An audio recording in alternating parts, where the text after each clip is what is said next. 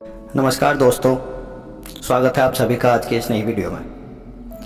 दोस्तों, आज की इस कहानी बेहद शानदार होने वाली है। वीडियो को अंत तक ज़रूर देखना और चैनल को लाइक और सब्सक्राइब करना मत भूलना। तो शुरू करते हैं दोस्तों आज की इस शानदार कहानी को।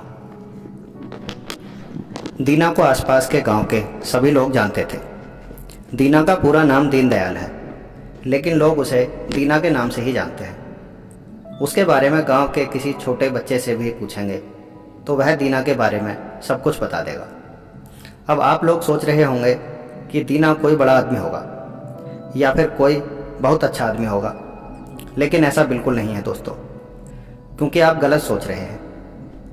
क्योंकि दीना ना तो कोई बड़ा आदमी है और ना ही वह कोई अच्छा आदमी है। आसपास के कम से कम 10 गांव का सबसे बड़ा शराबी आदमी है वह सुबह से पीना शुरू करता है और देर रात तक उसका शराब पीने का सिलसिला चालू रहता है। वह हर वक्त नशे में चूर रहता है। अगर वह शराब ना पिए तो शायद एक दिन भी नहीं जी पाए। वह शराब का इतना आदी हो चुका है। वह शुरू से ऐसा नहीं था। वह काफ़ी मेहनती व्यक्ति था। वह मेहनत करके अपने परिवार का पालन पोषण कर रहा था। लेकिन कई साल पहले गांव में नहर की खुदाई का काम शुरू हुआ तो वह वहां ठेकेदार के साथ बैठकर शराब पीने लगा और धीरे धीरे वह शराब का इतना आदी हो गया कि वह पानी के बिना तो आज जी सकता है, लेकिन शराब के बिना नहीं।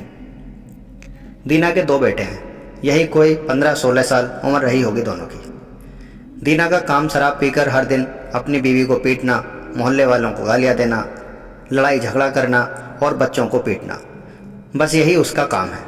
यही उसकी दिनचर्या है। उसके घर में आते ही उसकी बीवी और बच्चे सहम जाते हैं। उन्हें ऐसे लगता है जैसे कोई राक्षस घर में आ गया हो। पता नहीं कब वह उन्हें मारकर खा जाएगा। इसी माहौल में जीते हुए 10 साल बिता दिए हैं दीना की बीवी ने। बेचारी घर का खर्चा चलाने के लिए खुद गांव में खेतों में मजदूरी करती है। अपना और अपने बच्चों का पेट भरती है। वह मजदूरी करके भी दोनों बच्चों को स्कूल पढ़ने भेजती है। आज भी दीना शराब के नशे में चूर होकर घर में घुसा और घर में घुसते ही उसने अपने दोनों बेटों को बुलाया। जैसे ही उसके बेटे उसके पास आए, उसने दोनों बच्चों को गालियां देनी शुरू कर दी और फिर दोनों बच्चों को पीटने लगा। यह उसका लगभग रोज का ही काम था। बिना बाप से पिटे बच्चों को रात को सोना नसीब ही नहीं होता था। पिटाई होने के बाद उसका एक बेटा घर से बाहर निकला और सुबह तक घर नहीं आया। दीना की बीवी ने गांव के साथ मिलकर अपने बेटे को खूब ढूंढा, लेकिन वह कहीं नहीं मिला। थक हार कर दीना की बीवी ने भी उम्मीद खो दी। इधर दीना का दूसरा बेटा अपने बाप की पिटाई से तंग आकर बाप ही की तरह होने लगा। अब वह अपने बाप को उल्टा जवाब देने लगा था और कभी कभी तो मारने के लिए डंडा भी उठाने लगा था। उसको गांव में सब शराबी का बेटा ही बोलते थे। लोगों के ताने सुन सुनकर वह भी गांव के आवारा बच्चों में बैठने लगा था और वह भी धीरे धीरे अपनी बाप की तरह शराब पीने लगा था, क्योंकि उसकी संगत ही ऐसी थी। गांव के जो अच्छे बच्चे थे वह तो उसको अपने पास फटकने भी नहीं देते थे। दीना का बेटा भी धीरे धीरे एक बड़ा शराबी बन गया। जो हालत दीना की थी वही उसी तरह गांव वाले दीना से परेशान थे। बिल्कुल वही हरकतें उसका बेटा भी करने लगा था। उसका बेटा अब लगभग 25 साल का हो गया था। उसके भाई को घर से गायब हुए लगभग 10 साल हो चुके थे, लेकिन अभी तक किसी को भी उसका भाई का कोई पता नहीं था। शराब पीने की वजह से दीना अब काफ़ी बीमार रहने लगा था और बीमारी की वजह से कुछ ही दिनों में उसका देहांत हो गया और दीना की बीवी का भी 2 साल बाद देहांत हो गया। अब घर में केवल दीना का शराबी बेटा ही बचा था, जो पूरे गांव को परेशान करता। पूरे गांव वाले उसके मरने की दुआ मांगते। आज गांव में एक स्कूल का उद्घाटन होना था। उद्घाटन में शहर से कलेक्टर साहब आ रहे थे। सभी लोग उनका इंतजार कर रहे थे। तय समय पर कलेक्टर साहब स्कूल का उद्घाटन करने पहुंच गए। उनके साथ कई सारे पुलिस वाले भी थे।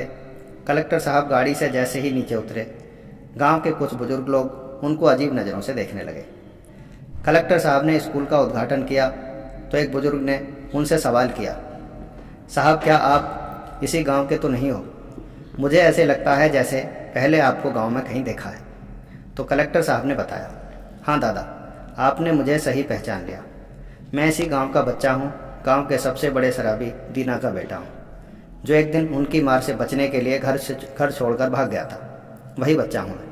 यहाँ से बहुत दूर चला गया था। वहाँ जाकर मैंने एक होटल में बर्तन धोने का काम किया और अपनी पढ़ाई करता गया। धीरे धीरे आज मैं आपके सामने एक कलेक्टर के रूप में खड़ा हूँ। मैं कभी दोबारा इस गांव में नहीं आना चाहता था, लेकिन मेरे आने का बस एक ही कारण है। वह यह है कि मैं चाहता हूँ गांव का हर बच्चा अच्छी पढ़ाई लिखाई करे और काबिल बने, मेरे बाप या मेरे भाई की तरह इंसान के रूप में जानवर बनकर जीवन ना जिए। सभी लोगों ने कलेक्टर साहब के लिए तालियां बजाईं। वहीं बुजुर्ग कलेक्टर साहब से बोले, क्या मैं तुम्हें बेटा बोल सकता हूँ? कलेक्टर साहब ने भावुक होकर कहा, क्यों नहीं बाबा, पूरा बचपन तो मैंने आप सब लोगों की गोद में खेल कर ही बिताया है। मैं आपका बेटा ही तो हूँ, और आपका ही क्यों, मैं इस पूरे गांव का बेटा हूँ। दादा ने मंच पर चढ़कर कलेक्टर साहब को अपने गले से लगा लिया और बोले, बेटा मैं तुमसे केवल एक सवाल पूछना चाहता हूँ। मेरे दिमाग में एक सवाल ने तूफान मचा रखा है। तुम मुझे यह बताओ कि तुम और तुम्हारा भाई दोनों एक ही बाप की औलाद हैं। तुम दोनों ने एक ही घर में एक ही माहौल देखा है, एक ही तरह के परिवेश में पले बड़े हो, फिर ऐसा क्यों हुआ कि तुम्हारा एक भाई शराबी बन गया और तुम इतने बड़े अफसर? कलेक्टर साहब ने कहा, दादा मैं आज कलेक्टर अपने बाप की वजह से हूँ, और मेरा जो भाई शराबी है वह भी मेरे बाप की वजह से है। दादा ने कहा, ऐसा कैसे हो सकता है? अगर अपने बाप की वजह से तुम अपना जीवन तय करते तो या तो तुम दोनों शराबी होते या दोनों अच्छे व्यक्ति होते। कलेक्टर साहब ने उनको समझाया, दादा मेरे पिताजी जब शराब पीकर घर आते तो मेरी माँ को मारते पीटते, हम दोनों भाइयों को पीटते, गांव वालों से लड़ाई झगड़ा करते। तो उस वक्त अपने बाप को नहीं, उन प्रताड़ित लोगों को देखता और मैं सोचता कि अपने बाप जैसा कभी नहीं बनूंगा, जिसकी वजह से गांव के लोग और परिवार के बच्चे सब परेशान हैं। मुझे शराब से उसी दिन नफरत हो गई थी। सारी बुराई की जड़ शराब ही तो है, और मेरा भाई मेरे बाप को देखकर यही सोचता कि जब मेरा बाप ही शराब पीता है तो मैं क्यों नहीं, और आज वह भी शराबी की ज़िंदगी बिता रहा है। कई बार हम लोग यह सुनते हैं कि जैसी संगत में आदमी रहता है वैसा ही हो जाता है, लेकिन ऐसा नहीं है। यह सच तो है, लेकिन पूरा सच नहीं है, क्योंकि इंसान को जैसा बनना है वह वही बनता है, चाहे वह किसी भी माहौल में क्यों ना रहे। हम किसी भी माहौल में रहकर अपने आप को सही या गलत रास्ते पर ले जा सकते हैं। माहौल को दोष देना पूरी तरह ठीक नहीं होता। तो कैसी लगी दोस्तों आज की कहानी? अगर कहानी पसंद आई हो तो चैनल को लाइक और सब्सक्राइब जरूर करें, साथ ही बेल आइकॉन बटन को ज़रूर दबाएं ताकि अगली कहानी का नोटिफिकेशन आपको